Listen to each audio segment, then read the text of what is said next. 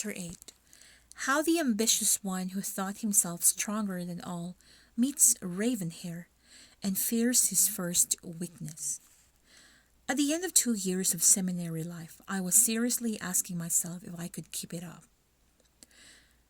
The will that exercises itself alone is not always sufficient. I was very young to feed myself only on my hatred. Nevertheless, I saw this hatred increase and at first reserved for God. Now it extended to all my surroundings. If only they could have guessed to what degree I hated them all. Even today, I admired myself for having been able to tolerate them. Surely, I am and remain a loner. If sociability is not indispensable to me, on the other hand, a small oasis of human warmth was lacking in my youth. In fact, I had only my professor of singing, whom I visited every Sunday. On certain matters, we understood each other without having to spell things out. But he never knew the reality of my mission and all its extensiveness. The marvelous thing about it was that I could really relax at his house. Without him, I might have had the strength to resist. I might not have the strength to resist. Happily, this writing will never be published, for it is not a good example to my comrades. I had also received the order to accept certain invitations to worldly affairs. They came to me without my knowing why and how they reached me. I was therefore obliged to obey. I never dared when I wrote to the uncle to ask of him the value of this deeply frivolous occupations.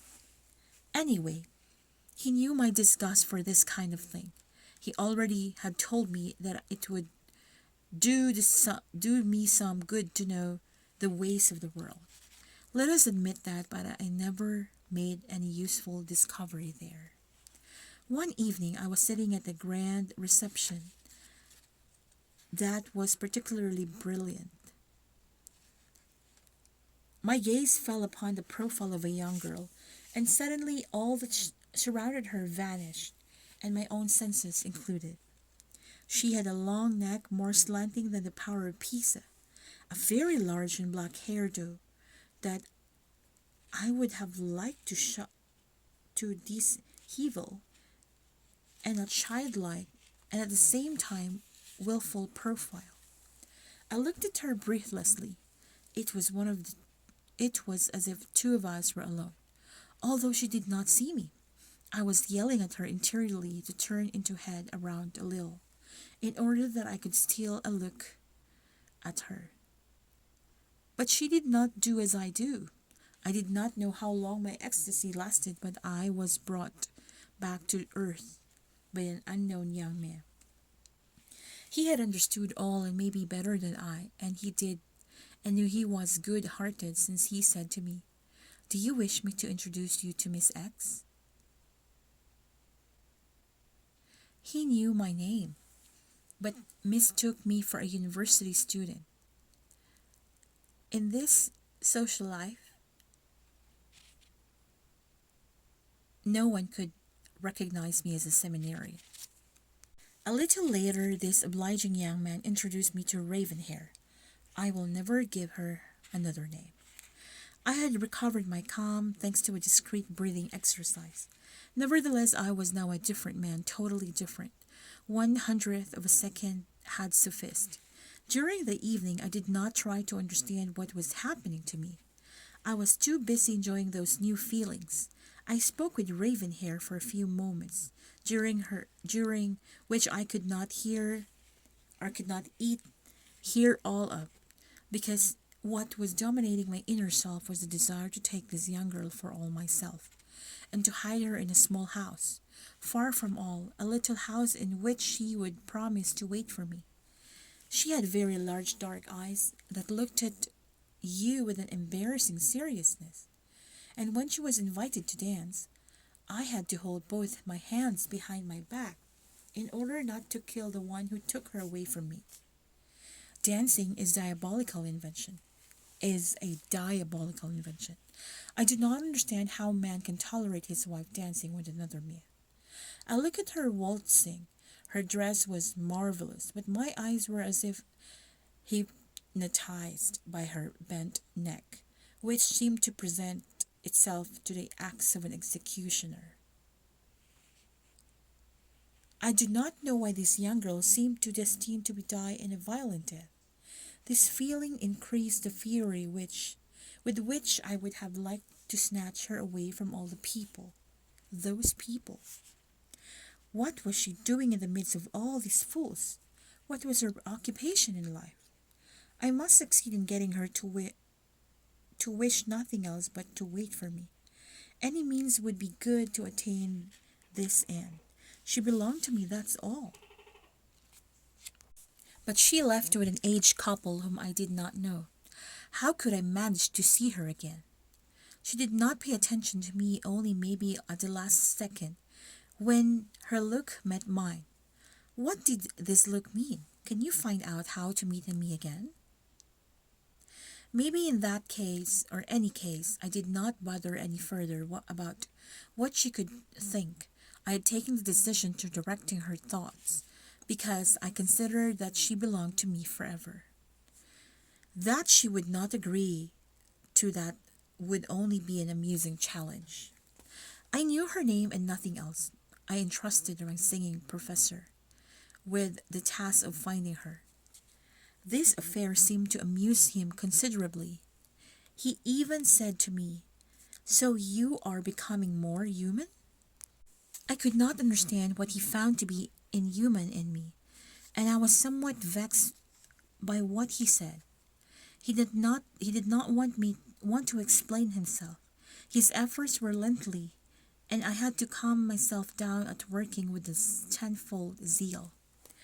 I, I could not understand that he found to be inhuman in me, and I was somewhat vexed by what he had said. He did not want to explain himself. His efforts were lengthy, and I had to calm myself down by working with a tenfold zeal. It was during those days that I launched on the market, we could almost say, the program that would allow Catholics to be accepted by Protestants. Catholics had hoped too much for the return of Protestantism to the fold of the Mother Church. It was time that they should lose their arrogance. Charity made it a duty for them. When charity is at stake, I pretended, laughing at my sleeve, nothing wrong can happen. I prophesied with assurance so that this would be repeated in the same tones. The suppression of Latin, of priestly vestments, of statues, and images, of candles and prie-dieu, so that they could kneel no more. And I also started a very active campaign for the suppression of the sign of the cross. This sign is practiced only in Roman and Greek churches. It is better that the latter take notice that they offend other people who have many qualities and as much holiness as they. This sign and also genuflections are all ridiculous customs.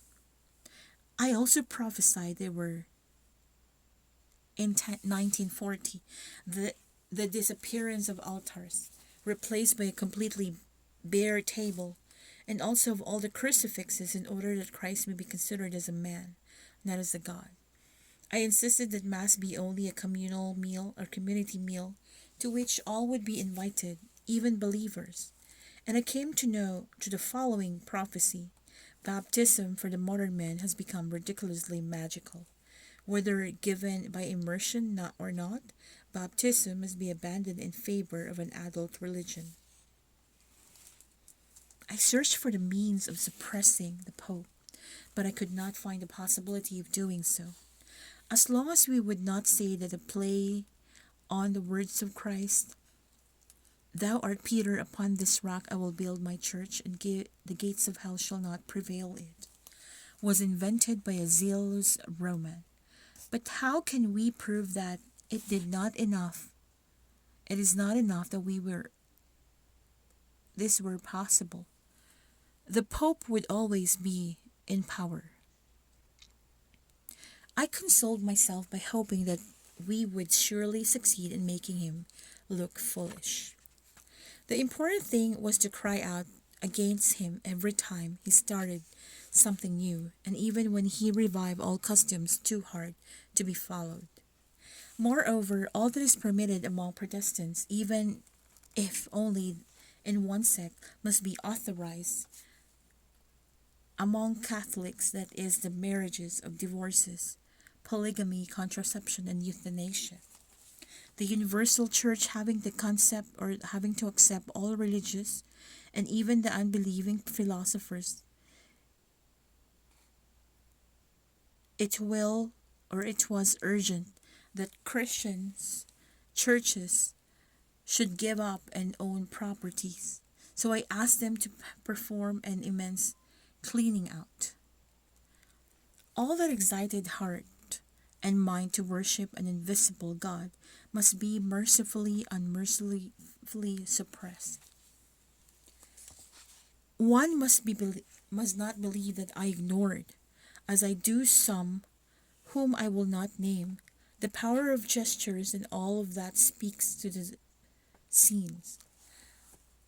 A thoughtful mind would have noticed that I was suppressing all that is lovable in religion, which is, on the other hand, quite secret.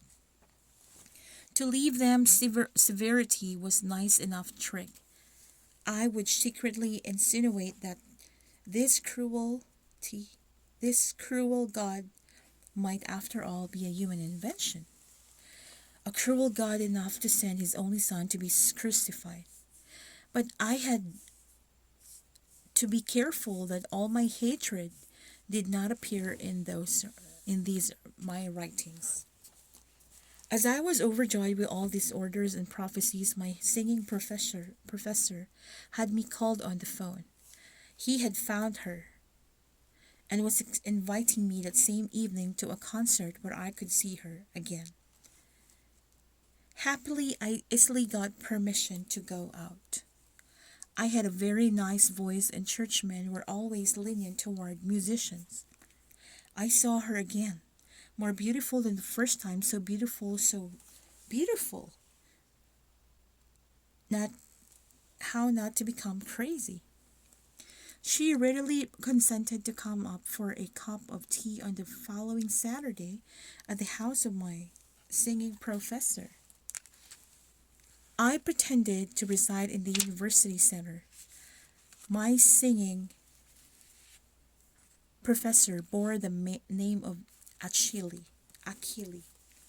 He asked me to call him Uncle Achille.